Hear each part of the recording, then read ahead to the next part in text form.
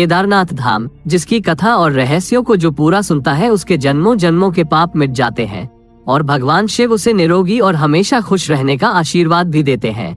दोस्तों, आज मैं आप सभी को केदारनाथ धाम के उन 10 रहस्य के बारे में जानकारी देंगे जिसे हमारे भारतवासी बहुत कम जानते हैं।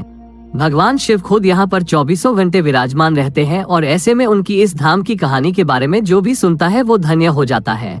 इसीलिए दोस्तों, इस वीडियो को पूरा जरूर देखेंगे और कमेंट बॉक्स में हर हर महादेव जरूर लिख देंगे। तो चलिए इस वीडियो को शुरू कर लेते हैं। पहला रहस्य, केदारनाथ धाम का रहस्यमय निर्माण। केदारनाथ मंदिर का निर्माण बड़ी बड़ी पत्थरों, चट्टानों, शिलाखंडों से किया गया है।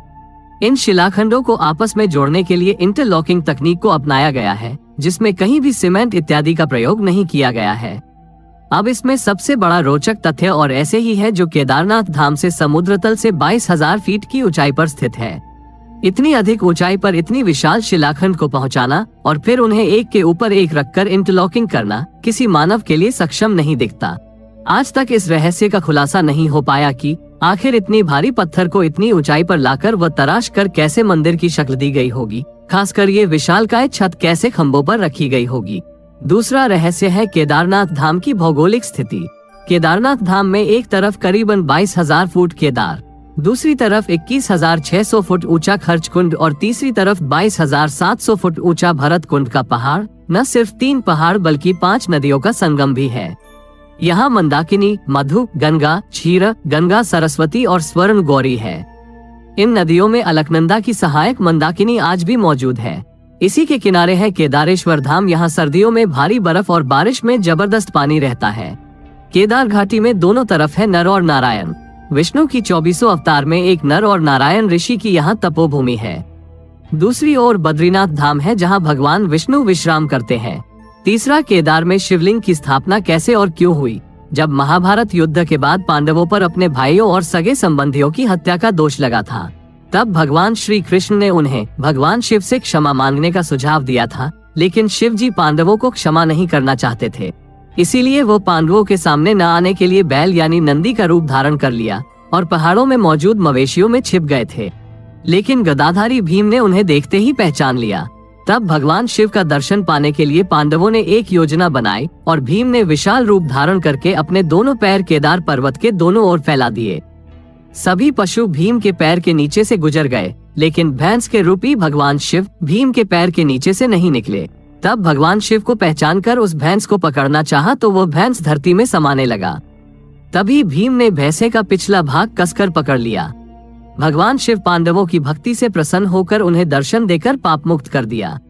कहा जाता है कि तभी से भगवान शिव यहाँ भैंस की पीठ की आकृति के रूप में पूजे जाते हैं।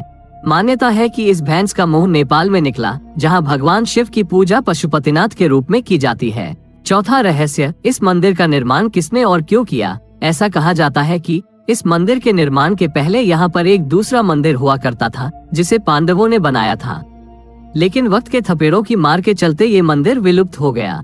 उसके बाद जगत गुरु आदि शंकराचार्य जी केदारनाथ आए और फिर उन्होंने इस मंदिर का निर्माण करवाया। इस मंदिर के पीछे ही उनकी समाधि है। इसका गर्भगृह अपेक्षाकृत प्राचीन है, जिसे 8वीं शताब्दी के लगभग का माना जाता है।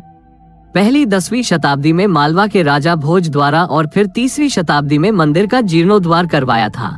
5वां, केदारनाथ धाम और रामेश्वर धाम का एक सीध में होना। दोस्तों, आपको जानकर आश्चर्य होगा कि एक रेखा पर बने हैं केदारनाथ और रामेश्वरम मंदिर। केदारनाथ मंदिर को रामेश्वरम मंदिर की सीध में बना हुआ माना जाता है। उक्त दोनों मंदिर के बीच में कालेश्वर, श्रीकलाहस्त मंदिर, एकम्रेश्वर मंदिर, कंचीपुरम मंदिर और नटराज मंदिर और रामेश्वर मंदिर आता है। ये शिवलिंग पंचभूतों का प्रतिनिधित्व करती है, लेकिन आज तक इसका खुलासा कोई नहीं कर पाया कि आखिर ये सभी मंदिर एक ही सीध में कैसे और क्यों बनाए गए थे। छठा रहस्य, आखिर केदारनाथ धाम 400 वर्षों तक क्यों और कैसे गायब हो गया।